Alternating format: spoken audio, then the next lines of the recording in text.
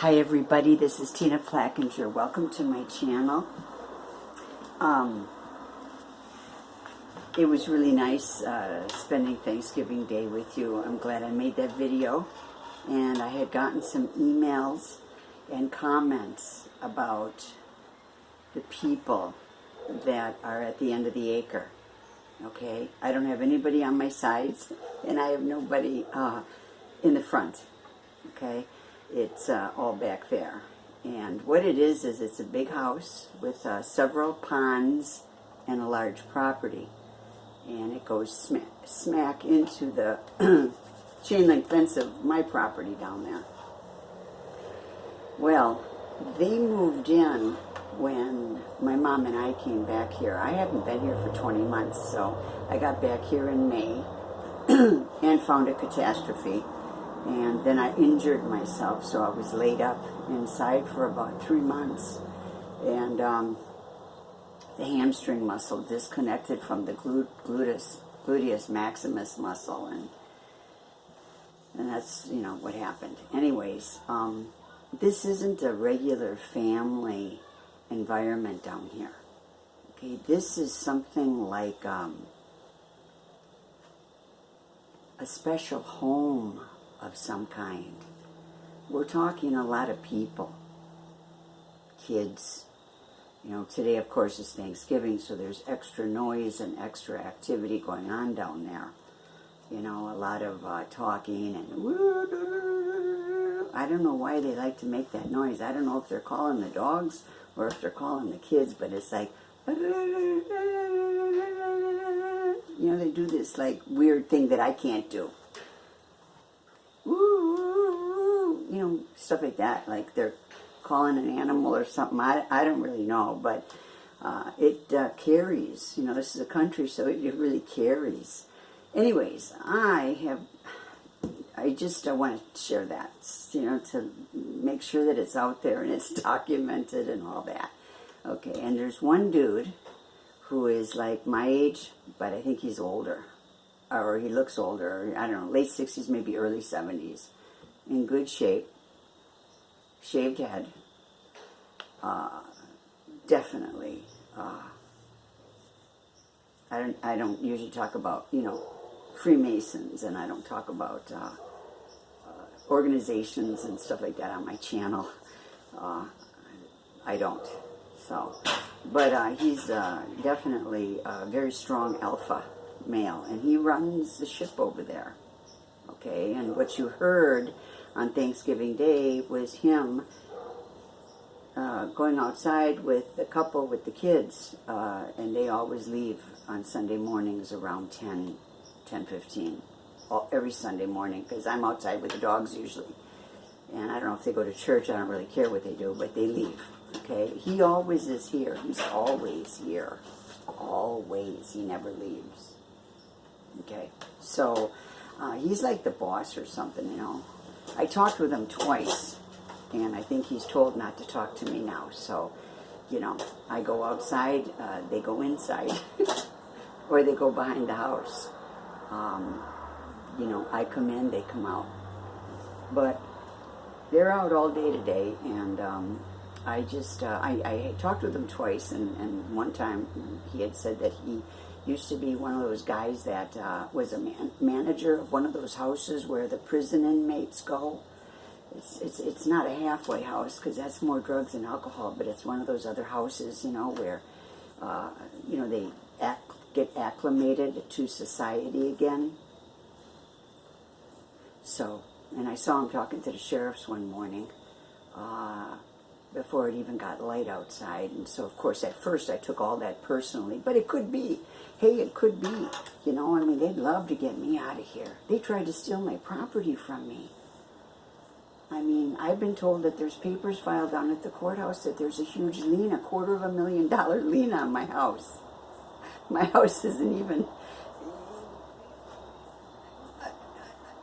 one quarter of that amount. I mean, this is, you know, so it's just ridiculous. But this is what I've been told by a lawyer. Anyways, they would love to have me out of here. And so they have like, I don't know, 6, 8 dogs. I'm thinking, maybe they're therapy dogs. Maybe it's a house for autistic people or people who are in. They do everything in groups. It's a group environment. A lot of laughter, a lot of activity. Golf carts going back and forth, and people outside. It's like a camp. It's like a camp.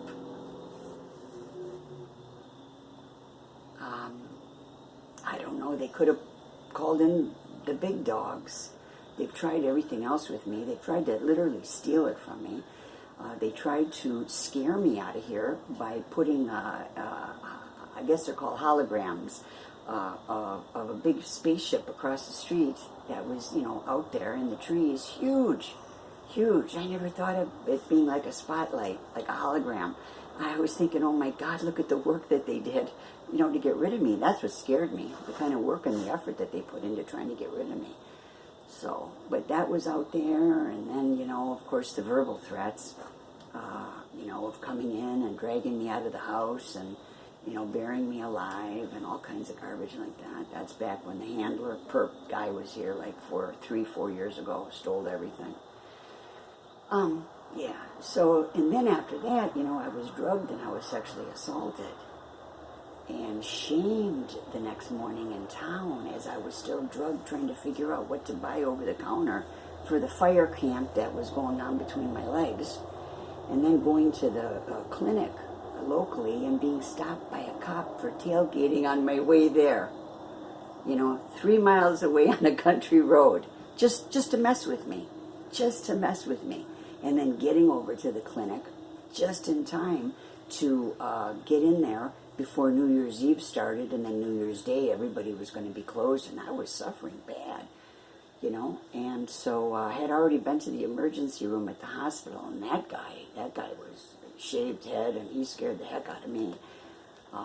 He did nothing for me. He told me that if I didn't stop talking about it and claiming what happened, that he would sign papers that I would be committed. So I was pretty scared being naked underneath that paper sheet. I'll tell you that. When he was telling me what he was going to do, I couldn't wait to get out of there. So they tried to shame me, and they've tried to do everything. So, maybe they called in the big dogs this time, but everything is done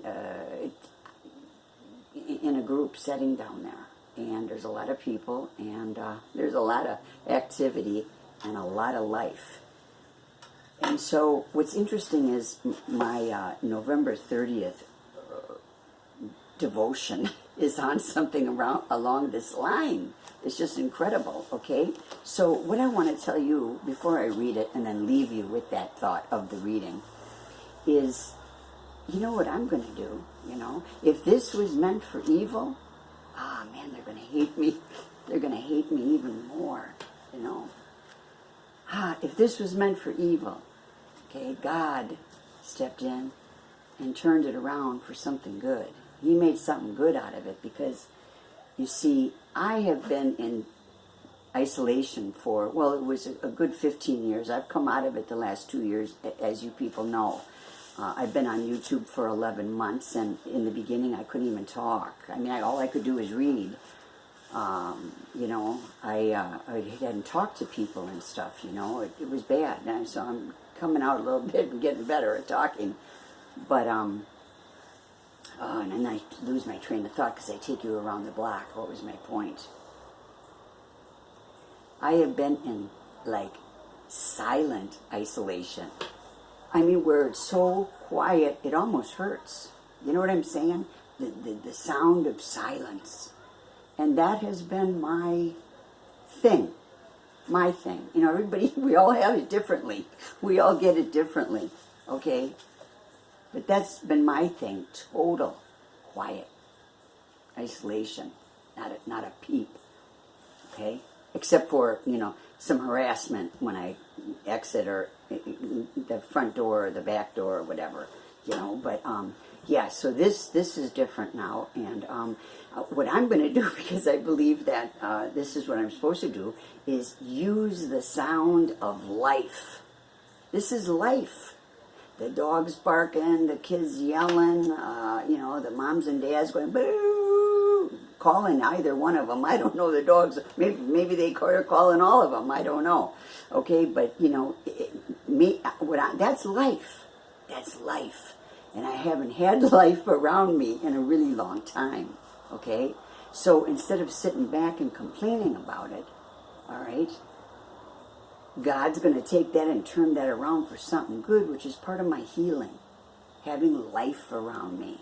Okay, using that life source that's back there making all that noise and everything as an energy source for myself, instead of that real deep isolation where you live between your ears. You know what I'm saying? So anyways, that's the plan. Okay, I want you to know that the beeping has stopped since I made the video with the beeping, and it's documented. That has stopped. I have documented the beeping on the phone and called the internet service, and I told them about it. Okay, the beeping has stopped. I hear it faintly, but it's not loud like it was, and the disconnects have stopped. Okay, and then there's one more thing that stopped. I can't think of it right now. I thought there were 3 things, but you know, I'm still monitored out there. But what happens is, they're cleaning up the glitches. Those are glitches. And if you're newly gang stalked, look for the glitches. You know, you get in your you get in your vehicle and you turn the key and I don't know, something weird happens. Okay. Service engine light blinks and blinks, then all of a sudden it just stops blinking and it's okay. Well, that's a glitch. Most of these guys haven't really done too much of this kind of gang stalking work, and so it's a trial and error thing with them. Okay, so and that's why for a long time I never mentioned anything, because you know, why give it up? Because they're not going to stop. They're just going to make that sound go away. You see? But I've been at this for so long that I know that all my calls are monitored. My calls have been monitored, illegal wiretapping, for over a decade. My mother and I both know it. If I go to her house in Chicago, it starts up in Chicago. If I come here, it doesn't matter. If I get a new phone or a new phone line, give it 2 days and it's back at it again. So they don't go away. They just fix their glitches. Okay? So anyways, this is what November 30th is. Contentment is a powerful state of mind. Contentment is the opposite of being anxious, but we should not confuse it with complacency. Gang stalkers continually try to cheat us out of enjoying our existence. We are quickly and systematically barred from anything that seems to bring us pleasure. See how the noise just travels? Because they're at the pond in the golf carts right now. Okay, one targeted individual, and I think this was Ellen White that I was talking about. One of my subscribers has mentioned Ellen White. She was one of the first people to come out about all kinds of electronic harassment and stuff. She was a scientist. One targeted individual found joy in feeding the squirrels while she sat in a park. Once the group caught wind of this, they would drive by with loud engines to disrupt the serene environment.